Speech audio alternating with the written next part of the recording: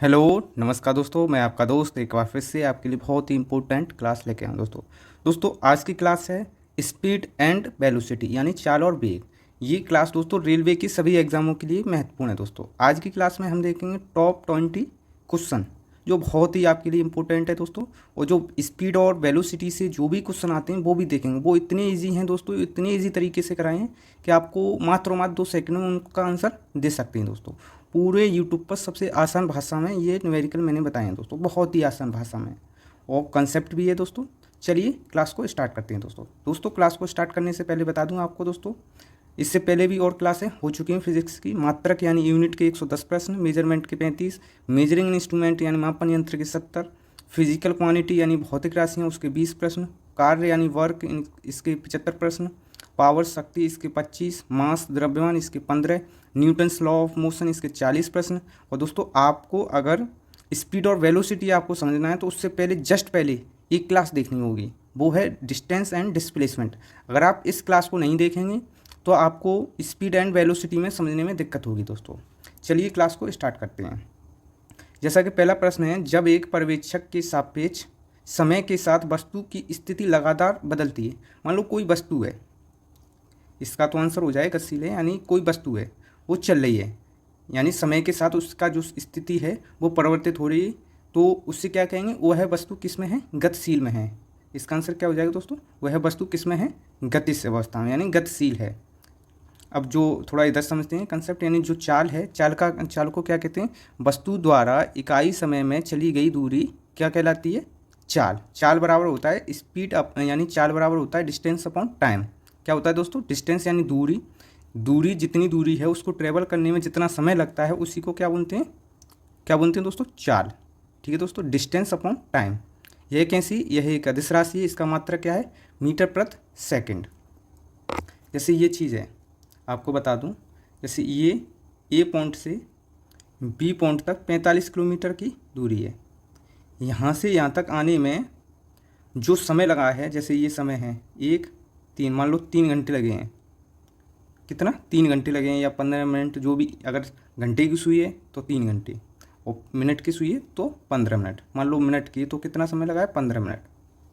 और इसकी ही हम स्पीड निकालेंगे। स्पीड बराबर क्या होता है, डिस्टेंस कितना है, 45 अपॉन 15, तो 15 या 45, 40, तो इसका हो जाएगा 3 मीटर प्रति सेकंड, यानी 3 मीटर प्रति सेकंड में इसकी चाल है। ठीक है दोस्तों, इसका मात्रा क्या है, मीटर प्रति सेकंड। ये चीज़ है दोस्तों।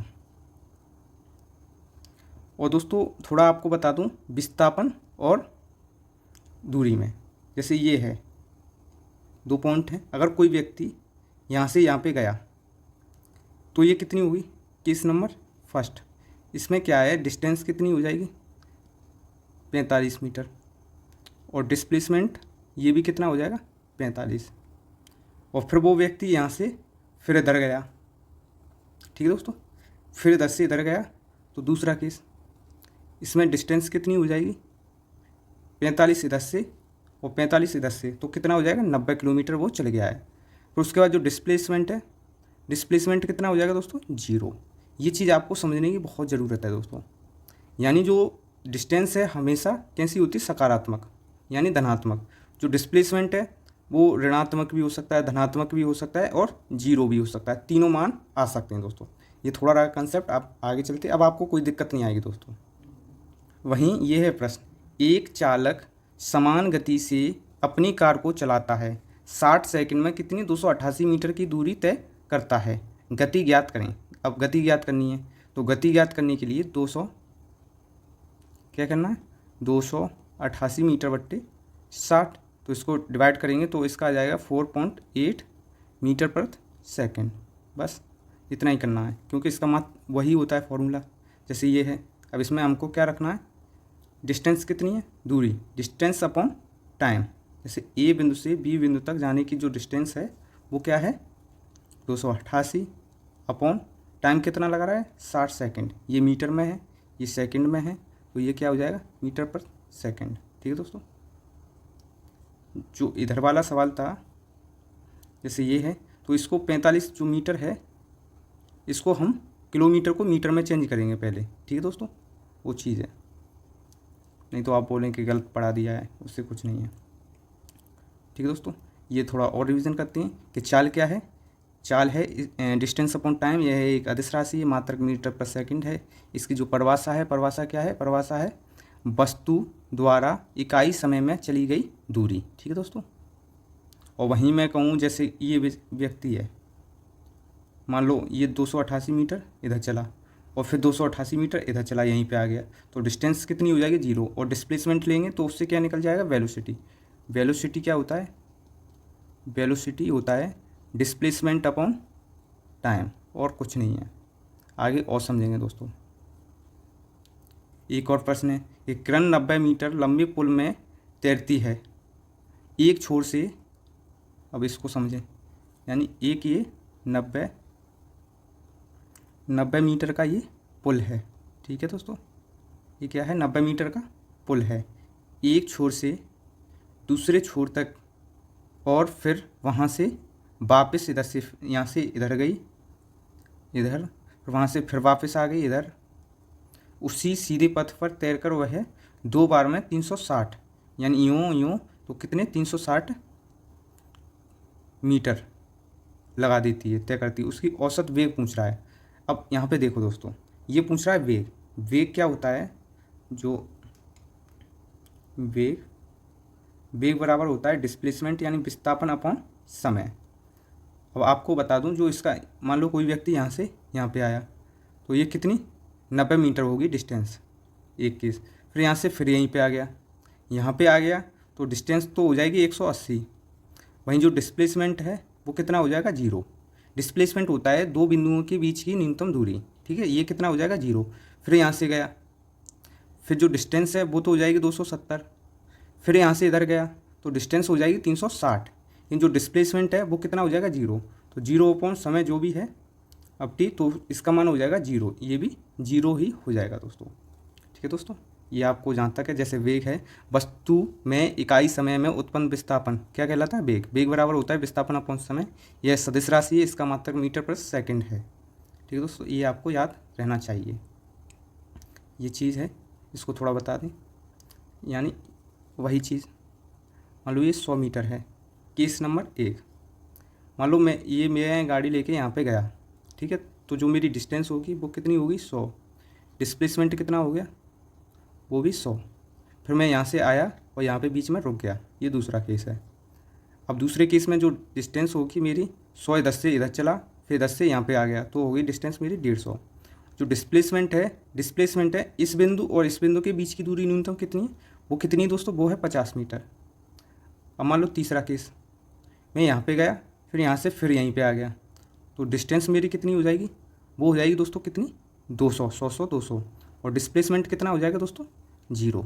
तो इससे हमको क्या जो डिस्टेंस है वो हमेशा कैसी रहती है, पॉजिटिव यानी धनात्मक। जो डिस्प्लेसमेंट है वो हमारा कैसा हो सकता है दोस्तों, धनात्मक भी, ऋणात्मक भी और 0, तीनों ही हो सकते हैं दोस्तों। कुछ नहीं है, फॉर्मूला यही है। और इसी को हमको क्या करना है, जैसे वेलोसिटी करना है, वेलोसिटी बनाना होगा, तो मात्र यहाँ पर क्या करते हैं दोस्तों, डिस्प्लेसमेंट। ये हमारा दोनों कंप्लीट हो चुके हैं, ठीक है दोस्तों, और कुछ नहीं है। चलिए आगे चलते हैं। किसी वस्तु का त्वरण किसके वेग के प्रति इकाई समय में परिवर्तन, वेग परिवर्तन की दर को क्या कहते हैं, त्वरण। बस कुछ नहीं है दोस्तों। ये अगला जो त्वरण है, एक्सीलरेशन, वो हमारा अगला चैप्टर है। जैसे कि मैं यहीं पे बता दे रहा हूँ आपको, जो डिस्प्लेसमेंट है वो तो पता चल गया है, विस्थापन। दूसरी पोजीशन क्या है, अगर वेलोसिटी निकालनी है, वेलोसिटी बराबर क्या होता है, डिस्प्लेसमेंट अपॉन टाइम। वहीं हम एक्सीलरेशन निकालेंगे तो change of velocity upon time, ये हमारा क्या होगा, एक्सीलरेशन यानी त्वरण।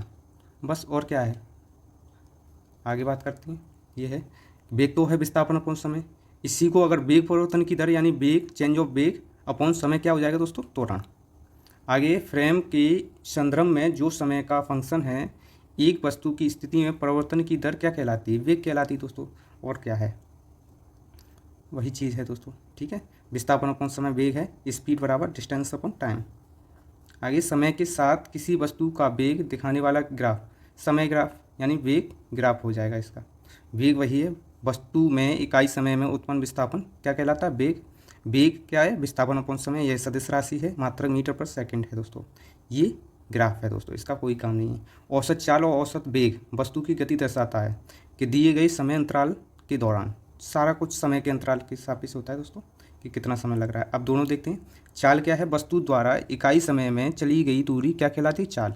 चाल का जो फॉर्मूला होता है वो होता है डिस्टेंस अपॉन टाइम। वहीं जो वेग का फॉर्मूला होता है वो होता है डिस्प्लेसमेंट अपॉन टाइम। आपको जो याद रखना है, मात्र ये वाला बहुत चीज़ याद रखनी है, ये बहुत इंपॉर्टेंट है। और इम्पोर्टेंट ये दोनों की सेम है, मीटर पर सेकंड। इसको भी मीटर पर सेकंड, इसको भी मीटर पर सेकंड। यह है कैसी अदिश राशि, यह है सदिश राशि है। तो डिस्प्लेसमेंट कैसी है, ये भी सदिश राशि है। यहाँ से आपको ये भी याद हो जाएगी सदिश राशि। और वेग भी कैसी सदिश राशि है। और त्वरण भी कैसी हो जाएगी, सदिश राशि। उसको और भी आगे जाते हैं, जर्क, ये भी क्या हो जाएगी, सदिश राशि। जर्क होता है चेंज ऑफ एक्सेलरेशन। ठीक है दोस्तों, आगे बहुत अच्छी अच्छी क्लास आई। एक भीड़ भाड़ वाली सड़क पर एक बस की गति कैसी होगी, असमान। कैसी होंगी दोस्तों, असमान। असमान ऐसी होंगी जैसे ये गाड़ी है, ये गाड़ी कभी तो रुकेंगी, जैसे ये यहाँ पे आ गई, फिर रुक गई, फिर यहाँ से चलना प्रारंभ करेगी, तो उसकी गति कैसी दोस्तों, असमान है। जैसे ये है, इनकी देखो, ठीक है, ये जाम वाली जगह है, ये यहाँ से जाती हैं फिर यहाँ पे रुकती हैं, यानी इनकी गति कैसी, असमान। चाल, दूरी और समय का वही संबंध है, चाल बराबर दूरी बट्टे समय। ठीक है दोस्तों, क्या है दोस्तों, distance upon time. Distance upon time, speed बराबर क्या होता है दोस्तों, डिस्टेंस अपॉन टाइम, कि आप कितनी डिस्टेंस ट्रेवल कर रहे हैं। आगे बात करें, आगे तत्कालिक वेग और औसत वेग तब बराबर होते हैं जब त्वरण शून्य हो, यानी उसमें कोई चेंज ऑफ वेलोसिटी नहीं हो रही हो, एक समान गति से चल रही हो गाड़ी। एक बार से फिर चाल बराबर क्या होता है, दूरी बट्टे समय। ठीक है दोस्तों, और वेग बराबर होता है विस्थापन अपॉन समय। चाल अदिश राशि है, इसका मात्रक मीटर पर सेकंड है। वेग सदिश राशि है, इसका मात्रक मीटर पर सेकंड है दोस्तों। विस्थापन में परिवर्तन की दर को क्या कहते हैं, विस्थापन में इसको वेग ही कहते हैं दोस्तों। क्या कहते हैं, वेग। विस्थापन अपॉन समय क्या हो जाएगा दोस्तों, वेग। विस्थापन के परिवर्तन की दर क्या कहलाती है, वेग। ठीक है दोस्तों, वेलोसिटी। यहाँ पे मात्र क्या करना है, हमको वेलोसिटी निकालनी है। वेलोसिटी निकालनी है तो मात्र यहाँ पे क्या करना है, डिस्प्लेसमेंट। ठीक है दोस्तों, मात्र ये करना है, डिस्प्लेसमेंट अपॉन टाइम, जो नीचे है बस ये करना है और कुछ नहीं। विस्थापन अपॉन समय, विस्थापन की परिवर्तन की दर क्या कहलाती है, वेग। ठीक है दोस्तों, वेग बराबर क्या होता है, विस्थापन अपॉन समय, सदिश राशि, मात्रक मीटर पर सेकंड है। यदि कोई वस्तु समान समय अंतराल में असमान दूरी को तय करती है तो उसे कहेंगे असमान गति। ठीक है दोस्तों, समान नहीं है। आगे, किसी निर्दिष्ट दिशा में किसी वस्तु की वेग को कहा जाता है गति, वेग, वेलोसिटी। आगे है, निम्न में से कौन सी मात्रा चाल के साथ इसकी गति निर्दिष्ट करता है, वेग है दोस्तों। ठीक है दोस्तों, वेग बराबर होता है विस्थापन अपॉन समय, सदिश राशि है, मात्रक मीटर पर सेकंड है। इसकी जो परिभाषा है, वस्तु में इकाई समय में उत्पन्न विस्थापन। एक निश्चित दिशा में बढ़ रही वस्तु की गति को वैज्ञानिक शब्दावलियों किस पद से कहते हैं, वेग से, वेलोसिटी। ये सारे वो क्वेश्चन हैं जो आए हुए हैं, देख रहे हैं कितना रिपीट हो रहा है। समय के साथ विस्थापन में परिवर्तन की दर क्या कहलाती है, वेग। बस आप थोड़ा समझ जाएं, वही प्रश्न है, बहुत बार आ चुका है ये और बहुत आता है दोस्तों। क्लास कंप्लीट हो चुकी है, सारे प्रश्न हो चुके हैं दोस्तों। अगर क्लास अच्छी लगी हो तो लाइक का बटन दबा दें और चैनल को सब्सक्राइब कर लें, बेल आइकन को दबा लें, जिससे कि आपको समय समय पर नोटिफिकेशन मिलता रहे दोस्तों। धन्यवाद दोस्तों, नमस्कार।